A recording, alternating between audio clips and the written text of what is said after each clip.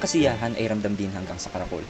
Pag nakita nyo ang lahat na sumasayaw para sa santo, hindi lang yun basta performance, paraan iyon ng masayang pagsama sa kanya sa kalsada. Pero hindi lang sa loob ng simbahan ang saya. Mayroon din tayong Sumilang Festival. Ang Sumilang Festival ay ipinagdiriwang para sa pasasalamat sa ating mga ani. Dahil ang Silang ay isang agriculture hub. At makakakita rin kayo dito ng high-energy street dances at maririnig ang mga sikat nating brass bands sa Serenata. At ito ang magandang pagkakataon kung saan nagtatagpo ang taimtim na dasal at siya at sigla ng kalsada. Ang pangalang Sumilang ay hango sa pangalan ng bayan at sa salitang isilang.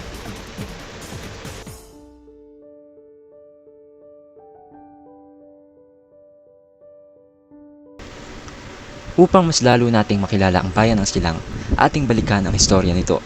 Ang bayan na ito ay mayroong nakakapukaw na kultura, paniniwala at tradisyon. Isa sa mga pinagmula ng mga ito ay ang istoryang ayon sa isang Jesuit priest na si Pedro Murillo Velarde.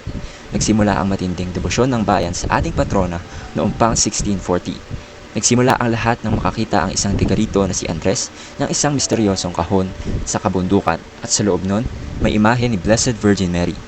Hindi nagtagal ay kumalat na ang balita at kalaunan ay nagkaugalian na ng lahat ang magtipon-tipon para magrosaryo. Pero dito na naging kapanapanabik ang kwento. Habang may official records ang simbahan, ang mga taga-Silang naman ay may sariling mga kwento. Ayon sa oral tradition, matapos ilagay ang imahe sa altar, misteryoso itong nawala ng 9 na beses. At sa tuwing mawawala ito, laging nahahanap ng mga tao ang imahe doon sa mismong lugar sa bundok kung saan ito unang nakita ni Andres. Ito ang dahilan kung bakit ang selebrasyon ay tumatagal ng 3 buong araw simula tuwing February 1. Noong 1640, natagpuan ni Andres ang imahe ni Virgin Mary sa Mountains of Silang.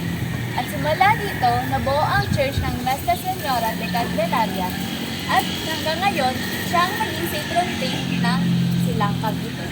Mula dito, si Nuestra Señora de Candelaria ay nakilala bilang protektor ng tao sa Silang at sa kanyang mga milagro at naging source of strength ng mga tao.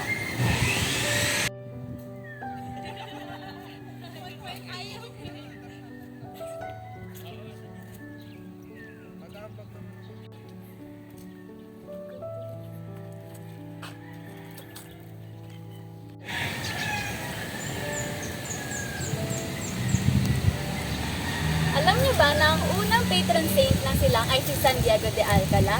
He is known for his humility and charity to the poor. At noong February 3, 1595, a Franciscan friar, Diego de la Concepcion and Juan de la Cruz, were missionaries at sila ang unang nagtanim ng Christianity dito sa Silang. As of 2024, the municipality of Silang, Cavite has an estimated population of 313,145,000, making it the largest municipality in the province in terms of population, covering a land area of approximately 209.43 square kilometers. Silang is considered a rapidly urbanizing area. Its population has grown steadily from 295,644 in 2020 to 313,105,000 in 2024, reflecting an average annual growth rate about 1.4%.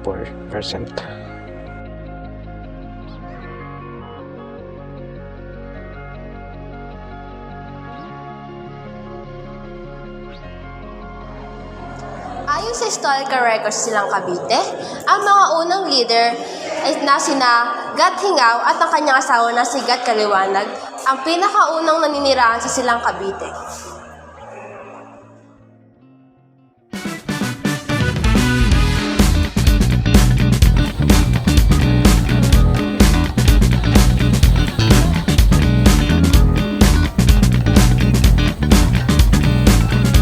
The land itself offers abundance. Silang is known for its sweetness pineapples, cultivated in nearby farms and prized for their freshness and natural sweetness. This agricultural richness supports many local families and keeps long-standing traditionals alive. Coffee too thrives in this fertile region. Locally grown beans produce a bold and aromatic brew, a reflection of the town's deep connection to the land. Each flavor tells a story of tradition, livelihood, and community passed down from one generation to the next. In the province of Cavite lies the quiet town of Silang, a place where history, culture, and modern life meet in harmony.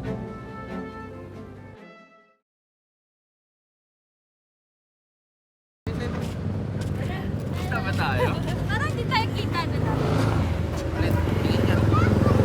Bye guys. Thank you, sir. 100.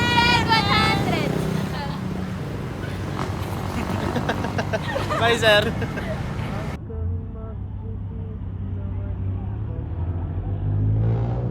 Gawin naisip mo yung ID? Paliwanag mo, hindi ko kailangan.